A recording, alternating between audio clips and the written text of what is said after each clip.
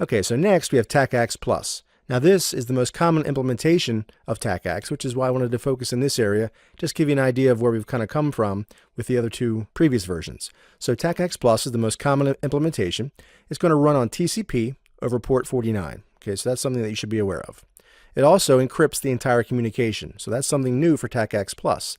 Previously, it only encrypted the very beginning piece. Now we encrypt the entire communication, so much more secure.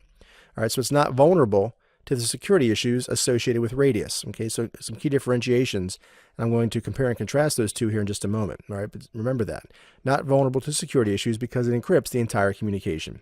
And it also separates authentication and authorization to allow more granular control. So we can split those out to separate servers. So we don't necessarily have to have everything running on one server. And again, as with the previous versions, it's not backward compatible, I should say, with its predecessors.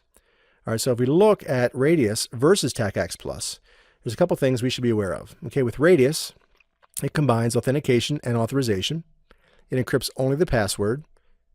Requires each network device to contain authorization configuration. There's no command logging. Minimal vendor support for authorization. UDP, which is connectionless.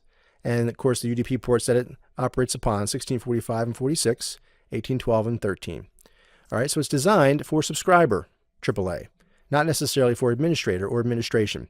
Tacacs Plus, on the other hand, separates all three elements of AAA, making it more flexible.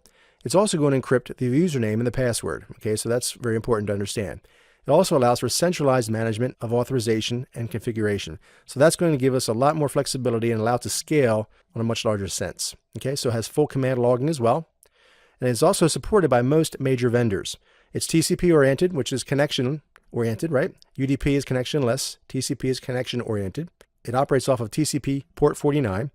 And as I mentioned, it's designed for administrator AAA.